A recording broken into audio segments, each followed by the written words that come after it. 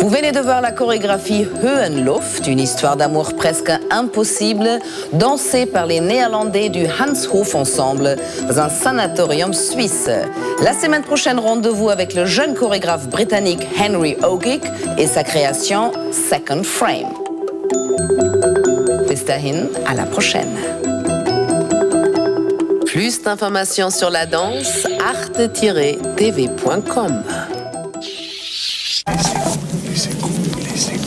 Les Échos Week-end et Arte espèrent que vous avez passé un agréable moment avec Danse. Dans un instant. Dans les années 60, quelques Italiens culottés inventèrent le western spaghetti. Théma vous en fait tout un plat sous peu.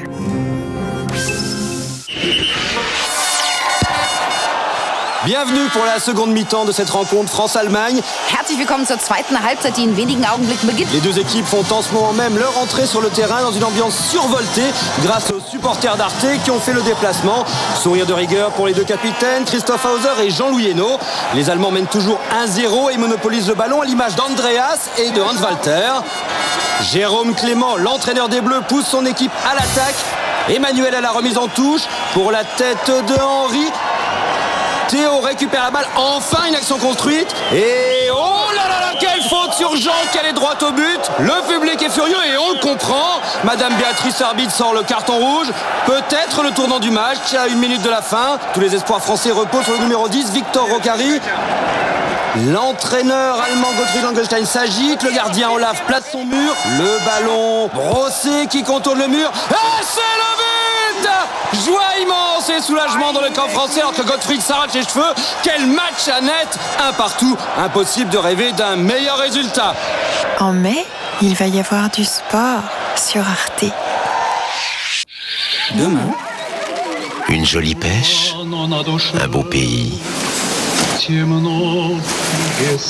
Pourtant, un cauchemar.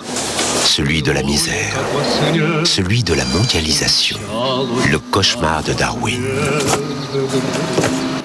Le film sera suivi d'un débat avec son réalisateur. Un double événement. Demain, à 20h40 sur Arte. Internet. Et pour en savoir plus sur ce programme, consultez notre site internet arte-tv.com.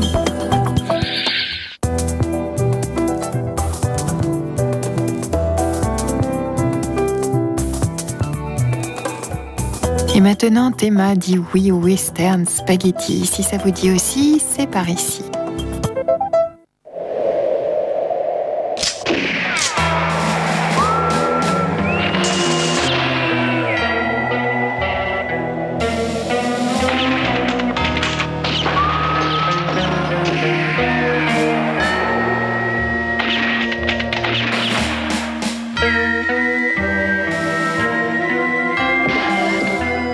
Ce n'est pas sans un dédain certain que son grand frère américain l'affubla du sobriquet de spaghetti.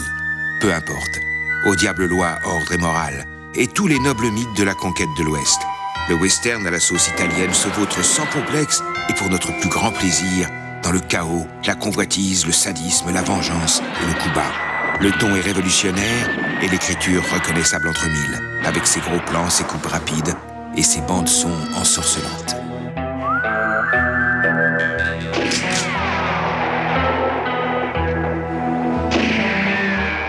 Il est vrai qu'il a de quoi choquer le cow-boy italien. Sape en loques, cuir luisant, barbe de rue, regard d'acier. C'est sans cheval et les bottes dans la boue que Django enterre le style propre et glorieux Made in US. Dans un instant, la naissance d'une légende signée Sergio Corbucci. Avec son esthétique de bande dessinée, le western italien séduit public et critique. Le genre est prolifique et Sergio Leone lui donne ses lettres de noblesse. Des premiers pas de Clint aux claques de personne, la grande histoire et les petits secrets de cette piquante recette spaghetti. Et en dessert, une rareté dans ce monde de brutes. Un western dont les héros sont des femmes. Perdues dans le désert après l'attaque de leur convoi et le massacre des leurs, parviendront-elles à échapper aux féroces Apaches? Dans les années 60, Django fut censuré et mis à l'index dans de nombreux pays. 147 morts tout de même. Mais depuis, ce film est devenu culte. une référence incontournable de l'art spaghetti. Attention! Le programme suivant contient des scènes de violence susceptibles de heurter la sensibilité de certains téléspectateurs.